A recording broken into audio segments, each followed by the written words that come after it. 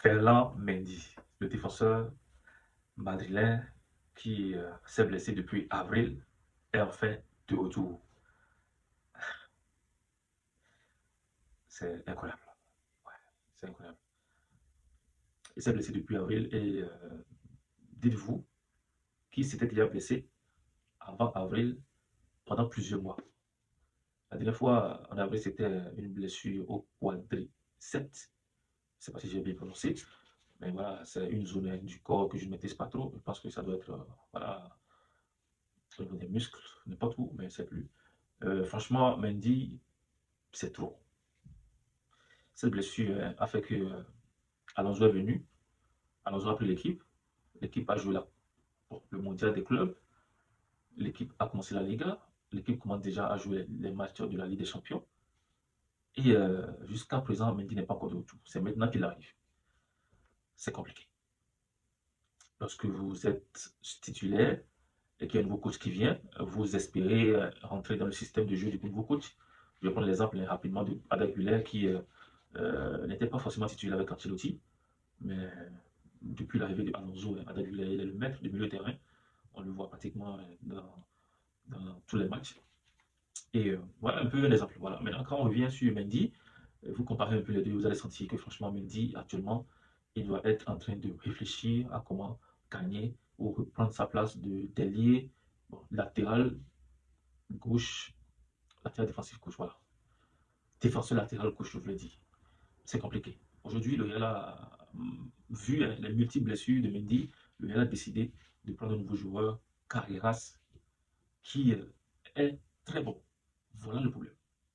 Le problème de Mendy, c'est que Carreras, qui est venu le remplacer ou qui est venu pallier ses problèmes de blessure, il est très bon.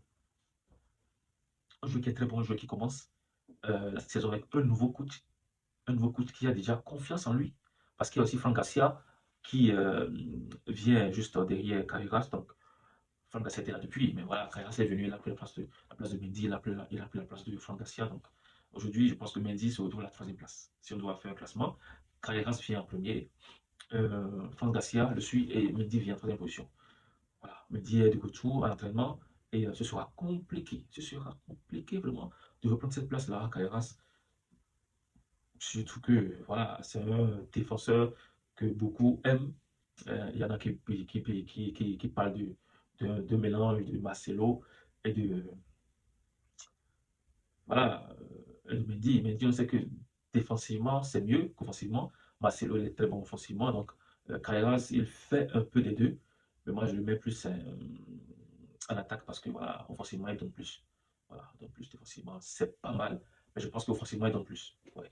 Et je pense que le Real a plus besoin d'un gars qui pourra sauver les meubles, qui pourra défendre de façon rigueuse, hein. En défense, euh, on, veut pas, hein, on ne veut plus de Marcelo qui est plus en attaque parce que le Real a des problèmes défensifs. Oisen, Militao, ils ne suffisent pas, ils ne peuvent pas pallier tout ça. Il faut un vrai défenseur latéral gauche pour vraiment bousculer les attaquants, les alliés qui veulent un peu s'agiter. Voilà, Mendy est de retour, c'est l'information de la journée. Je devais partager cela avec vous parce que ici, c'est la Maison Blanche, on parle du Real Madrid. Si tu viens de découvrir la chaîne, abonne-toi maintenant et tu seras informé de toutes les informations du Real Madrid.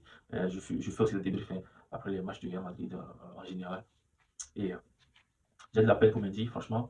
Mais voilà, c'est le football. Lorsque vous vous blessez, tenez-vous bien parce que il y a forcément un autre joueur qui va prendre votre place. Et s'il est compétent, s'il est très bon, vous pouvez dire adieu à votre place. Aujourd'hui, Mendy, si ça continue comme ça, il pourra partir. Voilà. Parce que je ne pense pas que Alonso a besoin de Mendy actuellement. Je pense que c'est plutôt le contraire. Mendy a plus besoin d'Alonso actuellement. Et c'est grave. Les gars, ça fait cette vidéo. Portez-vous bien. On se dit à bientôt.